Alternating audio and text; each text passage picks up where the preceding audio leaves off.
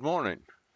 I'm your host, Dan Stafford with the Midwestern Geek in Cali YouTube channel, YouTubing from 42 TARDIS Way here in lovely Temecula, California, summer's winter home. And we have a wonderful episode for you tonight. Let's see how well I can coordinate this show. Um, Charles McKee from Inland Empire Sports and News, iesportsnews.com, went and covered AlienCon at the Los Angeles Convention Center during the day today, and it was kind of interesting. Couple of quick notes. It was fairly early in the day when we arrived there. I felt the attendance was rather low for a Saturday. I think the convention probably rented out more expensive space in the LA Convention Center that it really needed. Um, at this point, I think they could have done the Pomona County Fairgrounds and probably done a little bit better. I'm a little worried about the attendance affecting revenue for the thing. I don't know any facts on that. It's an impression I had. The lecture series looked to be very good. That's not what we were really there for. You can't record lectures, and I think the fairgoers probably, that were there for the lectures were very satisfied. The lecture halls were quite full. So that particular aspect of the attendance was really good. I may have picked up more through the day. Really, for Charles and I, the best part of the convention was really the marketplace, as they were calling it, which is really like the merchandising, the authors, the booths, vendors, cosplayers, that kind of stuff. We're more into that aspect of the convention just because it's more colorful. I think they probably could have made the lecture series a little more press friendly in a couple of ways if they had done more graphics, for one, that illustrated what the lectures were about, had someone knowledgeable about the lecturer and lecture at the door to greet press and kind of explain what was going on in the room. Those kinds of things might have made the lectures a little more press friendly because, to be honest, that part of a convention is very difficult in a sense for the press, especially if you're a smaller press outlet and you don't really get a chance to arrange one-on-one interviews with the guests and the lecturers, which, considering the limited time budget those folks are going to have attending a convention, that's going to be difficult to do in the best of circumstances. However, there were a couple of things on the flip side that made this a really outstanding convention to attend for us. Um, at least in my case, there is an interview with Falcon Space, and I'll be playing that for you in a little bit here, where they were talking about efforts underway that they're trying to basically break gravity, anti-gravity and inertia, um, elimination of gravitational pull on a spacecraft, and elimination of inertial effects on spacecraft. That was a really fascinating interview. And then I got a really cool author interview with the author of Extinguishers, the series. The first book's out. There's a little bit of an exclusive for the AlienCon convention. And there was some interesting cosplay. Now, one of the things that I did differently at this convention was to go back to audio interviews.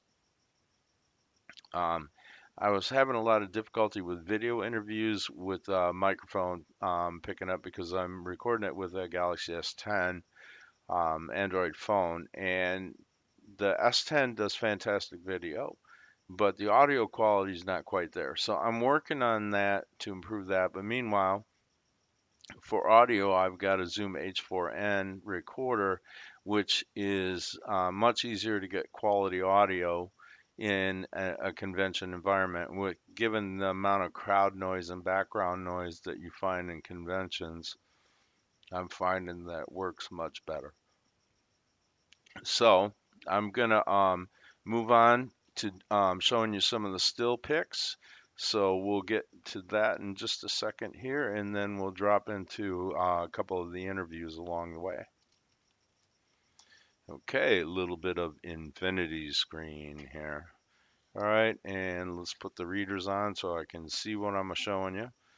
And yeah, this was kind of fun. Um, I don't want to stay on this too long, but this is where I'm going to thumb the video on YouTube today. So let's move on. I want to get into some of the stills, and let's see here. This is a good place to start. Let's go here. Okay, so let's get into some of the cosplayers, and we'll go through and show you a little bit of what we saw there. Love the tinfoil hat here. And sparkly and upbeat coming out of a lecture. Aha. These guys are around a lot of the sci-fi conventions. They're really good. They're well organized and they do a really good job. And a little bit of time warp going on here. Aha.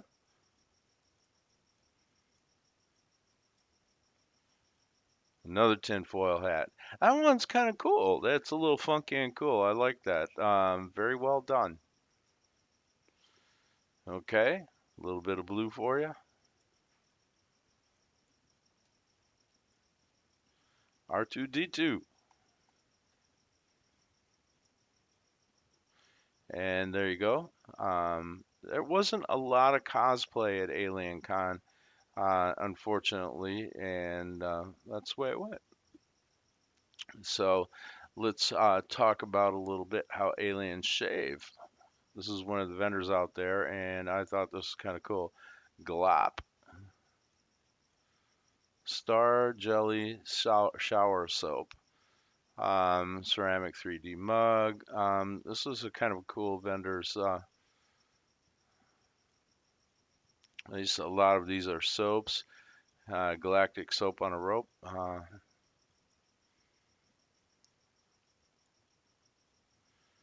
All right, witch hazel, galactic witch hazel, and then shaving cream. And there's our vendor, Douglas. Outstanding. Okay, and let's scoot on over here. We'll take a little bit of look at some of the lecture halls. As I mentioned, the lectures were very well attended. It could have been a little deceptive on the attendance because it might have been a little heavier on lectures than it was on cosplayers and merchandise shoppers. So that could possibly have given me a little bit different impression. I'd really have to see the numbers to be sure. All right, panel of speakers.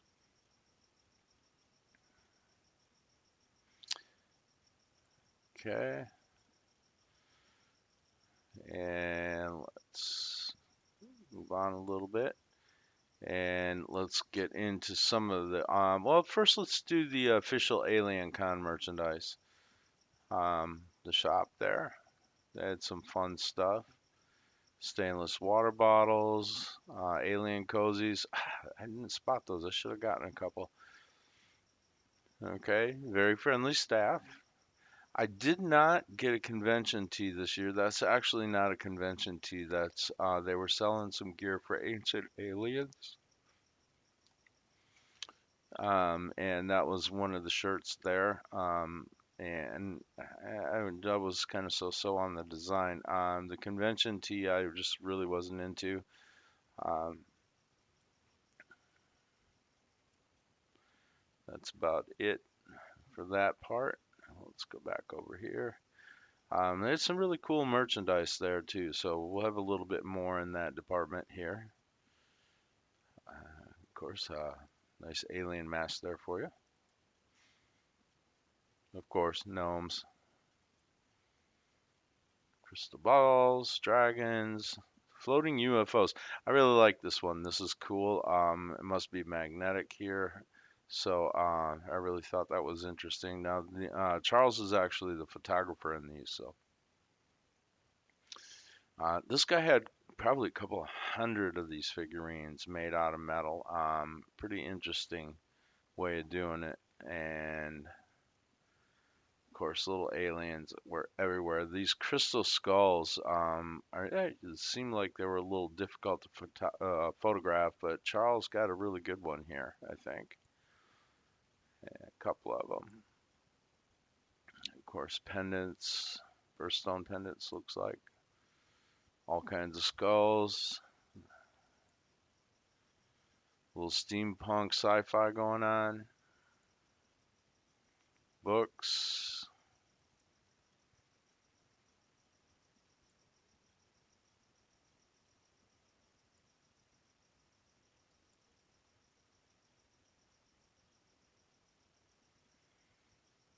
Okay, t-shirts everywhere. I actually got a couple of t-shirts. I'm not going to be showing them here in the video, but I did get a couple of cool ones.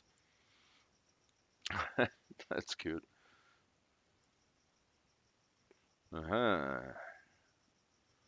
Retro alien there, like that. Alien heads everywhere. You break, you buy. Be careful. Ewoks and stormtroopers. Like the reptilian here. ET.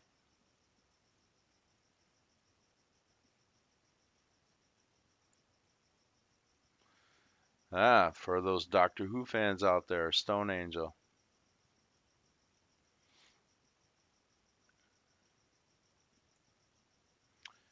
Okay, that's all the merch shots we got.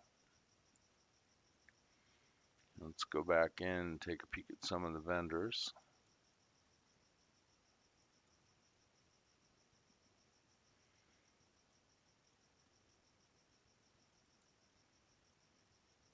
MUFON. These guys are serious stuff. Pretty cool too. A little healing going on, energy healing. Skeptical maybe?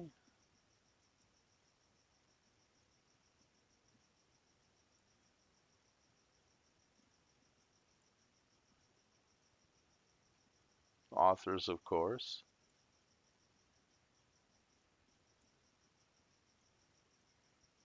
Hmm.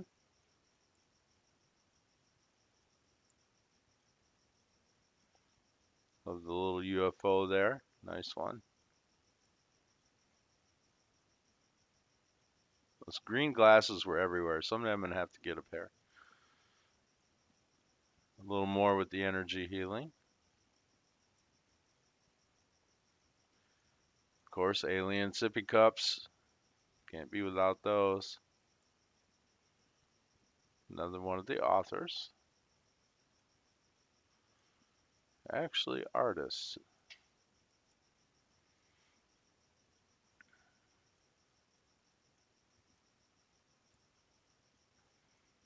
Okay, and that's enough with the vendors and the artists for the moment.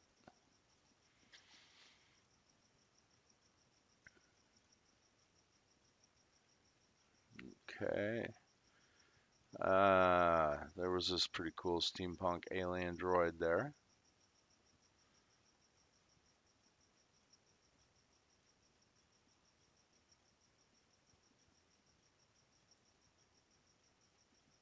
Huh.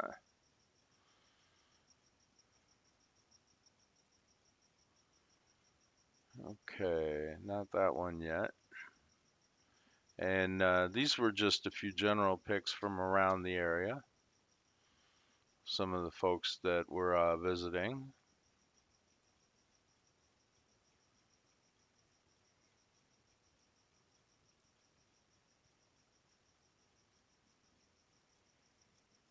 Okay. A few pics of yours truly at the convention.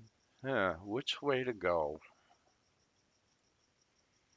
Let me out of here. Ah, picking up t-shirts. Actually, I think you can see one of the shirts that I got here. I got the I Believe in Coffee shirt because I am quite into coffee.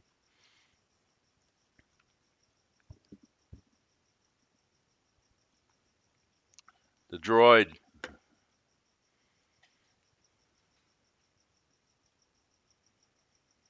Still deciding which way to go. Hey, Charles, you got any idea which way we should go?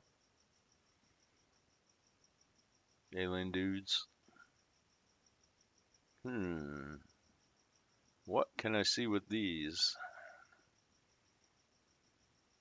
You know what? It's getting a little more comfy in here. High five, alien guy.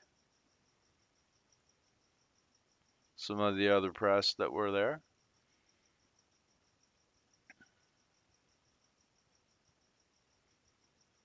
Peace out. Ah, let me in, let me in. Live long and prosper with aliens. Stormtrooper. The alien again. I still want out. Okay. And let's see here. Okay, we did that, we did that, we did that. I think that's it for the still photos, other than the ones that go along with the interviews. So I'm gonna go ahead and get one of the interviews started here for you. This is Stingwisher. I'm gonna silence out while this is playing for you here. I believe this is the one that I want to bring up.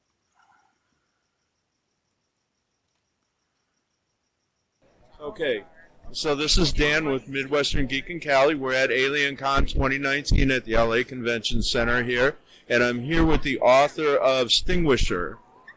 Um, Book one, Book one. Cigar Smoking Jerks from Outer Space. That's awesome. I saw the banner there. So tell us your name. Lauren Blowers. Okay. And I have an AlienCon 2019 exclusive. The first 6 chapters of Book 2, Beast on Board. The 6th chapter teaser is being released today and tomorrow only. And so if you're here, you can get it signed, autographed. And then the entire book will be out next year, 2020. And we've got Bianca here, the abductee, the main character, Bianca Lombardi, who is in the USC Anatomy Lab on her 21st birthday at 4 a.m. She's slightly intoxicated, meaning maybe probably quite intoxicated.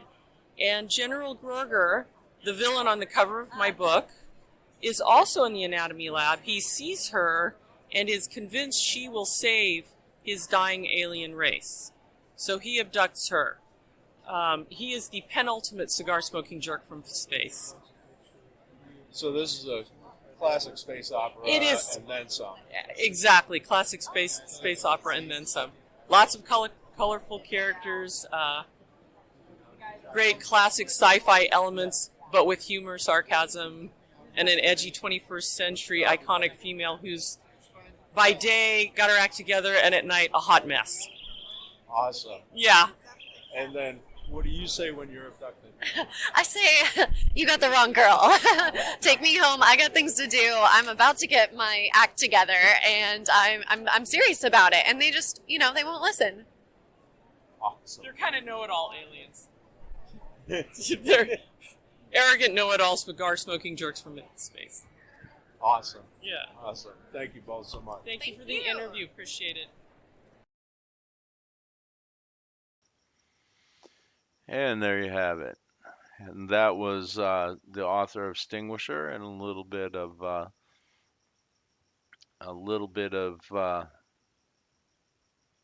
teaser there on the new book coming up. If you're there at AlienCon tomorrow, stop by and get a signed copy of the teaser. And then let's go over and get the Falcon Space anti-gravity interview going here, and I'll back out and we'll wrap up with that one there. Okay, so we're live. My name is Dan with Midwestern Geek and Cali YouTube channel. The photographer is Charles from Inland Empire Sports and News. He's got probably about 100 to 150,000 monthly viewership around Lake Elsinore to Immaculata Marietta, that area. And I'm a much smaller YouTube channel, but I webmaster his site, so we do it together. Nice. Okay. I also teach IT for a day job to vet. So that's me. Oh. So now let's talk about you. You're with Falcon Space? My name's Jeremy Riss, and I run AlienScientist.com. I've run it for about since 2008, and also a YouTube channel, Alien Scientist. I got about 90,000 subscribers on YouTube. I've been researching. I have a bachelor's degree in physics from Bridgewater State University. I majored in physics and minored in math, and got into this when I was like a late teen, just because I was fascinated in physics and wanted to know more about. I was convinced that UFOs were real and that I wanted to learn more about how they work and the technology behind them, because I think that that's the most important part of the whole puzzle, and that's the angle I've been pursuing. Pretty much researching everything I can find related to anti-gravity or invisibility technology, anything related to UFO-related classified programs on technology, anything science or technology related to classified programs. That's what I've been digging into and getting my hands dirty with. And I've compiled tons of stuff. I rarely that I meet someone who knows more about like subjects like this than I do. I have a few people though like that in my group and in my club that I talk to for information purposes. Yeah, I wouldn't even think to know more about this. I mean, I've read some stuff a little bit on bifield-brown and right. Like those triangular lifters and stuff. Does it work at all? Oh yeah, I perfected it, and then we moved on to the gravitator experiment, which was the original experiment of. First of all, my name is Mark Sokol. I'm with Falcon Space. We are a company set up with the full devotion of getting to the point where we understand what gravity is and how to negate it, and basically fly away in UFOs. Yeah, we want to build. We want to build our own UFOs. So I've teamed up as alien scientists. I've kind of had this mission, and Mark. He brought the theory. I'm the engineer more. And we're trying to work together build a space program to independently, bring these technologies out to the public, because I believe these technologies exist and they have been hidden in black programs by the military for probably 30 or plus more years, and that it's beyond time now with the science, and the mainstream science is now coming out full force in the mainstream with all the stuff we're learning in our scientists now about polaritons, excitons, heavy fermions, all the interesting studies that I've read recently. It's our science is right on the cusp of making the breakthrough, and it's about to come out to the public that this technology does exist. It's very real, and how it works is about to come out. And I think what is going on right now with all this disclosure process, the ATIP, the TTSA, and all that stuff they're putting out is this is the government's, the Pentagon's attempt to save their asses after covering this up and keeping all this hidden from us. I totally agree with that. Yeah. That's really how I feel about it. I feel like most of the stuff that we're seeing out there are probably ours. Craft. I think that we've had these Tic Tacs since the 70s. I think they come from San Clemente Island, which is like Area 52. It's an island right up the coast of San Diego, right where 60 miles from where that thing was filmed, that Nimitz encounter was filmed. Right. And if you look at Area 51 on Google Earth and maps, and you really zoom in, and you've done you spend time on Google Earth really going over Area 51 and looking at stuff. Go to San Clemente Island. It's like Area 52, and there's tons of underground stuff and there. not so well known. No, it's not well known. Right. That's why it's the perfect place to do testing, because it's an island in the middle of the Pacific. Nobody goes out there, and there's a perimeter, there's an exclusion perimeter because it's a Navy training base, so no one but Navy can go in that area. So it's the perfect place to test things. Yeah, I believe that in 1989, after all that, Bob Lazar basically blew the lid off Area 51 and turned it into a UFO mecca for a tourist travel destination, that they stopped and halted all experimentation of exotic craft out of Area 51, and they moved that to either China Lake, Tonopah, or Edwards Air Force Base, or places like San Clemente Island, which is a perfect place for it. Awesome. And I've got a couple of thoughts on the whole disclosure situation too, which I really haven't talked about yet on my channel. Right. So I'm going to lay it out what I'm kind of thinking, and then let you guys respond. Yes. All right. So here, one thing I'm thinking is that we've had 50 years plus of sci-fi exposure by the general public. Okay, so mentally, I think the public is ready for a little bit bigger than Earth, but the other side of it too, and I think to maybe slow things down a bit, you notice how sci-fi in the last 15, 20 years has gotten really dark. Remember, you had Close Encounters of the Third Kind, Right. E.T., and all that kind of stuff, batteries not included, all that light-hearted, positive Right. kind of stuff. Now And you then have all of a contact, sudden, everything, alien creature, with right, the species, alien remember invasions, species. apocalypse. Yeah, I can name a dozen movies off the top of my head. Very dark themed, indeed. Yeah, my wife and I have a running joke when we go to the theater now. Oh, another lighthearted sci-fi movie.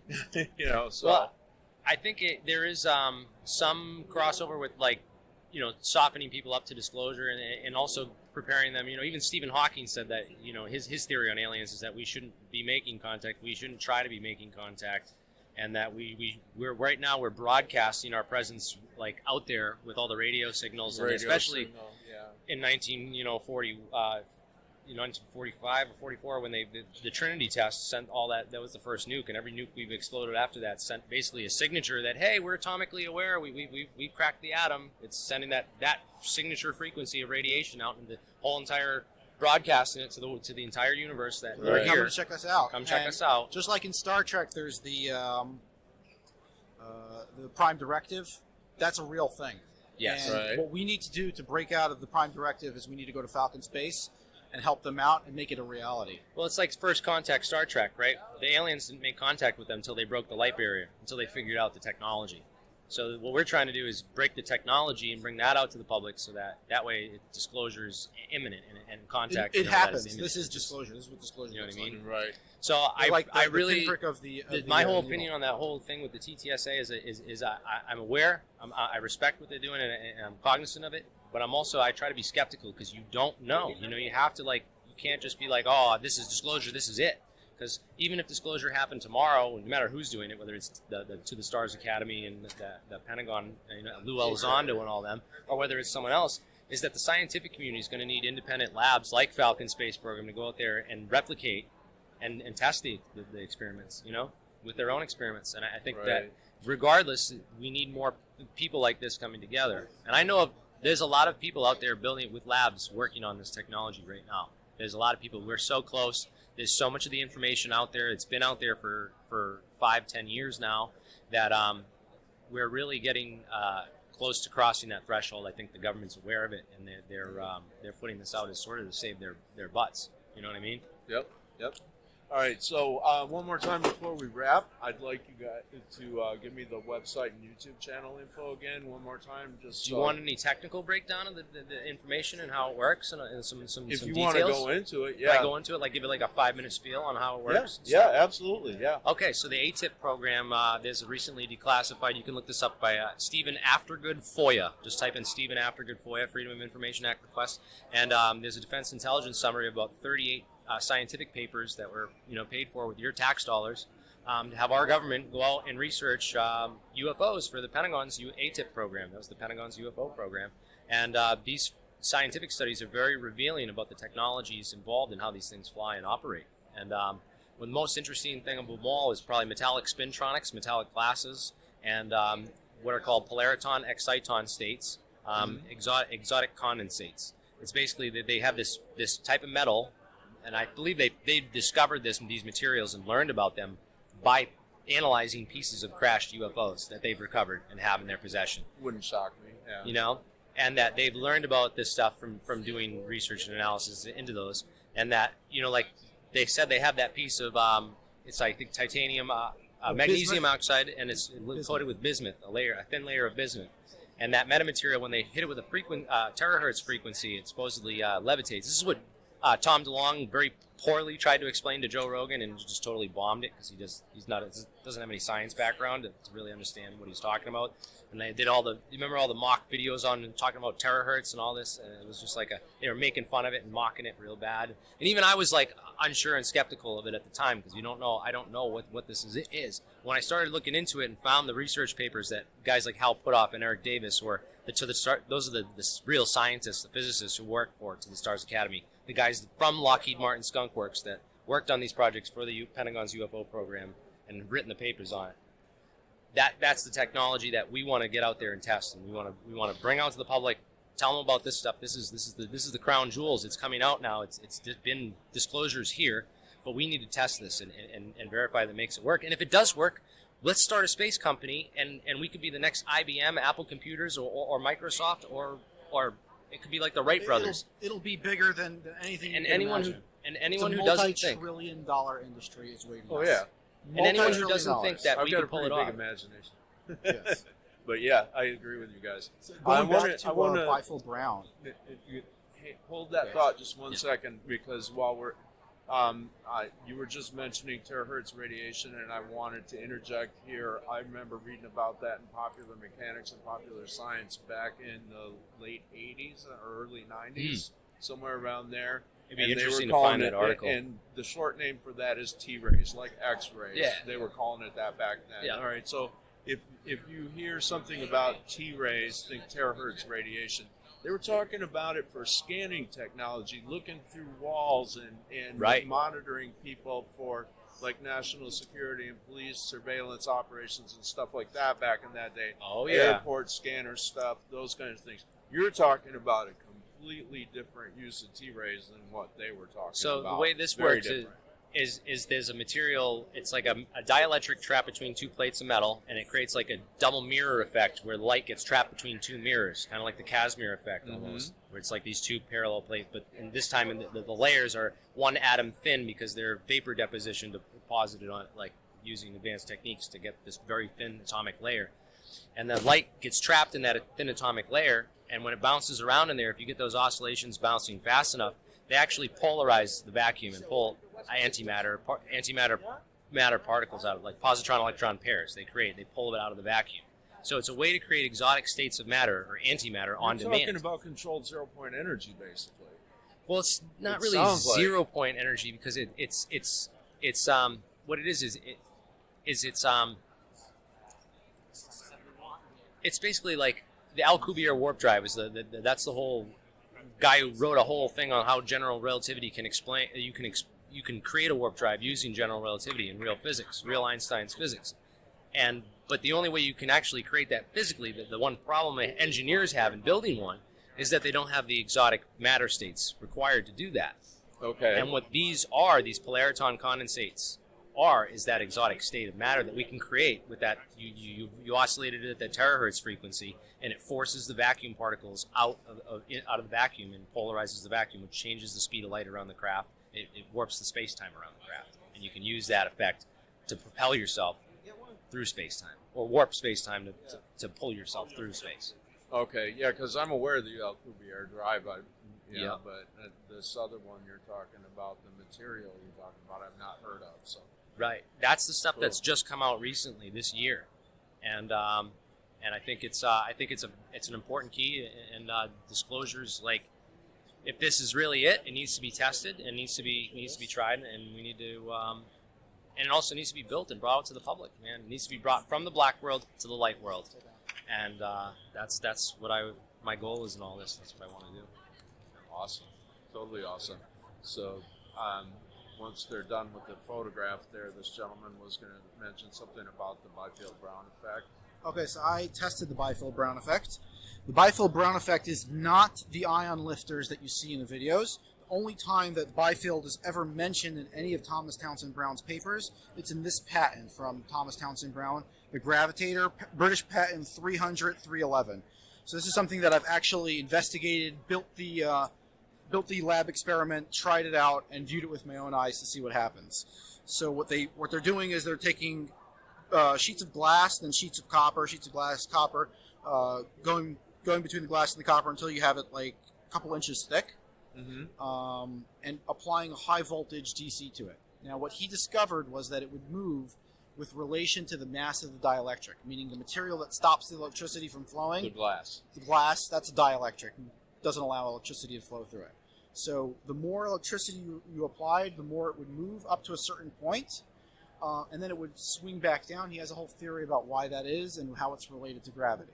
So we actually built this experiment. Here it is.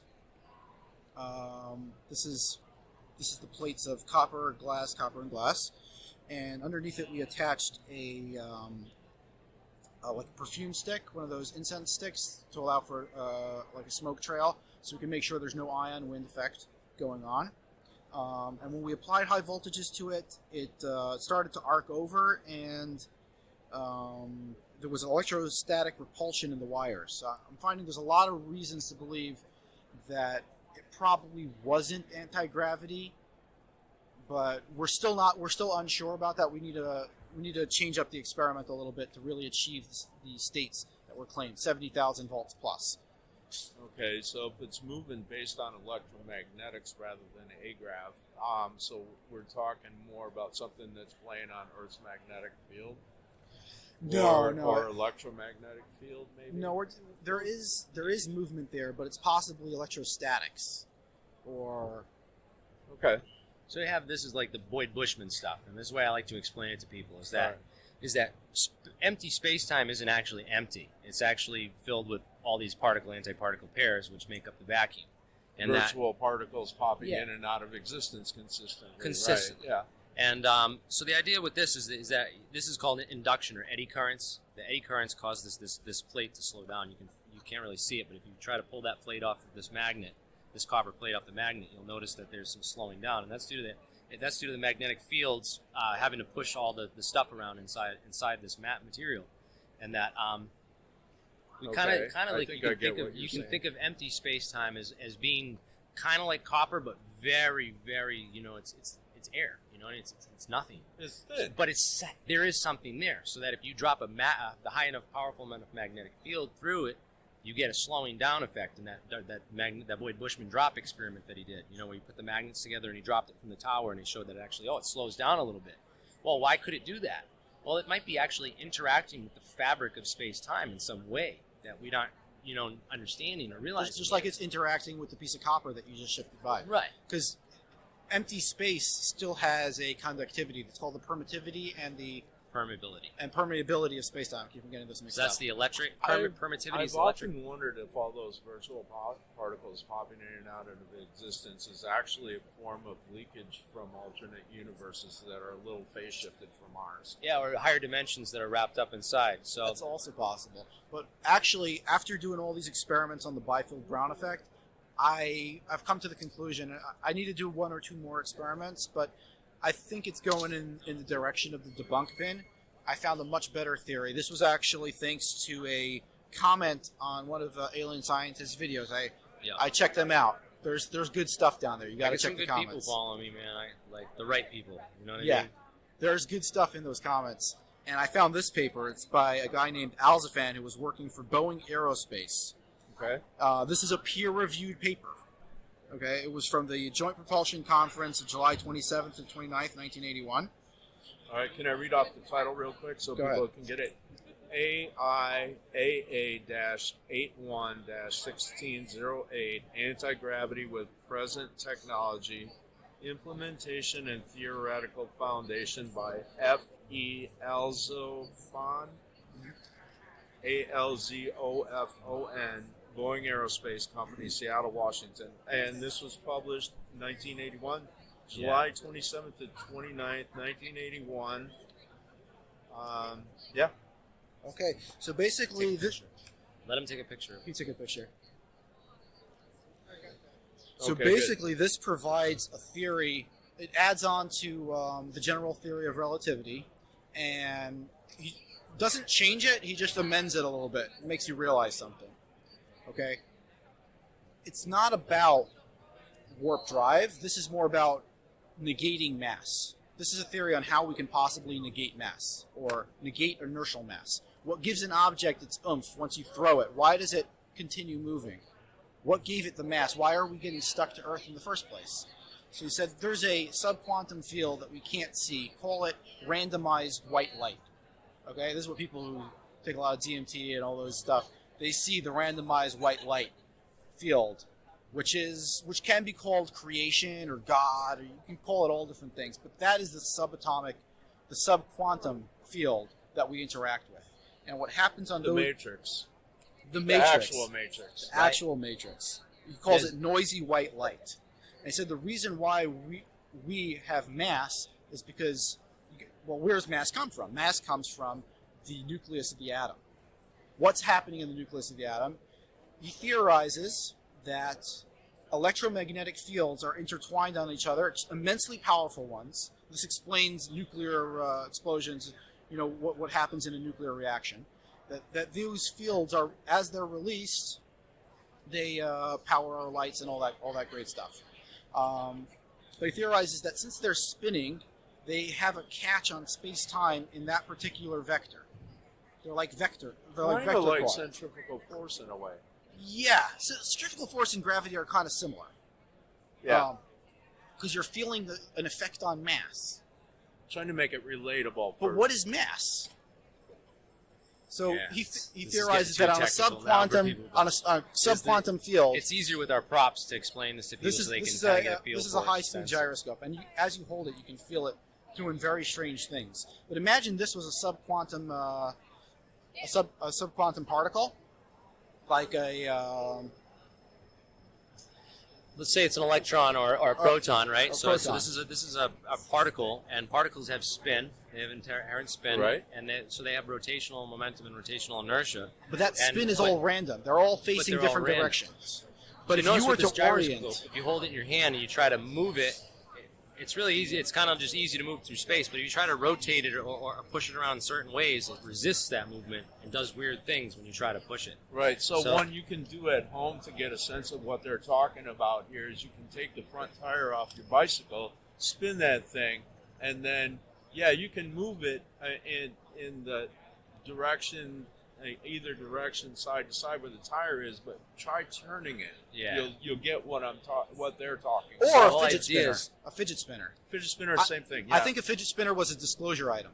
The reason why is because this shows you what's happening on a subquantum level minus the mass. These particles are massless. you guys need to do a T-shirt with that. Fidget spinners were a disclosure item. I never heard that before, man. That's awesome. Because on a subquantum level, that's what a fidget spinner is. That's what a particle is. It's just a massless fidget spinner. And if you can orient, according to this guy, if you can orient all of the Spins in the nuclei same direction. in the same Because if direction, you're the going craft becomes one subatomic particle. Yes. Literally weighs nothing, and all you got to do is shine a light out the side, and you're shooting off the speed of light. And that's why they have to power up, because they have to get them all oriented perfectly, and then it shoots off. And with So a make big sure the flash spin of is light. perpendicular to the gravity well. No, just make the spin the same direction. Organize the randomness of space-time. Well, the reason I'm saying that is Of, okay, so I've got a material. bicycle tire spinning this way and the ground's down here, right? But You got to spin it up. yeah, I'm just trying to wrap my head around it a little bit. So imagine, why is mass heavy? What makes it? What stops things from going? What creates momentum? He explains that on a subquantum level, there's a whole bunch of electromagnetic fields that are spinning around inside the nucleus of the atom. They're all spinning different directions. The direction is important because it's massless. Just like when you hold a gyroscope and you're able to push it forward and backward Right? without any resistance. If it's straight with the Earth's magnetic field, you can move it forward and backward without any resistance, right? But you It's try just to it's just turn to it try or to turn twist it or twist it or move it in a different direction that it doesn't like. That's when it resists. But if you have a whole bunch of those facing different directions, the thing wouldn't want to move at all. That's what eventually happens. That's sort of what the nucleus of an atom is. And all you got to do is orient them in the same direction. Now they're free to go. Which is why it requires energy to get things moving and energy to stop things once they are moving. This Yes, is what 'cause they're inertia changing- is. That's yeah. what inertia is on a subquantum level. Right. On a quantum Fascinating. level better. Fascinating. And you can pick this paper up. It's free. he theorizes a way to do it, and we're bent set on making this happen. We have um, basically a strong magnetic field and a microwave, and you're hitting it with a strong magnetic field to orient the electrons, and then you hit it with a microwave so that the extra microwave energy goes into the electrons and orients the nucleus of the atom. All right. As soon as you said microwave and you're talking about what you're talking about, my mind immediately jumps to the EM drive. The EM drive I is, think it is might based be on it's like a lopsided version of what you're talking about. no, the Woodward effect is the M drive. Well, it's microwaves bouncing in a can that's bigger on one end than the other. That much I know. Right, but the effect was first discovered by this guy named Woodward. You can check it up on Wikipedia. It's called the Woodward effect, and it basically explains how the energy is transferred from mass to energy. You're taking energy and transferring it to mass, and allowing for the thing to give you some thrust. But that's different. That's actual thrust. You're pushing on the space-time continuum. You're pushing on something. Right. You're pushing on that field. I'm talking about making yourself invisible to that field. So you combine the two of them. If you have an M drive in the base of the craft, like Bob Lazar's spacecraft, he had 3 of them, and it would point in that direction. That's the way you'd go. Those were actually M drives. And the craft was made weightless via the gravity generator. No, it wasn't gravity generator. It was exactly what you thought it was. It was a microwave generator. You see, Bob Lazar actually saw a spacecraft, but he was misled as to how it works. Intentionally misled. Fascinating stuff. And that explains how the sports model works, and that's on our logo, Falcon Space. We're building a website, falconspace.org. Okay. And we have Instagram, and we have Facebook, and we're going to be posting away. You guys check us out. All right. If anyone is interested in investing, this is a potentially $1 trillion industry that's coming around the corner, and it's within our power to make it happen today. Fascinating very much. All right, thank you so much for the interview. It's probably the best one I've gotten in a while. Oh, wow. Wow, Lots of fun. All right, you heard it here at AlienCon 2019. Thank you, everyone. Peace out.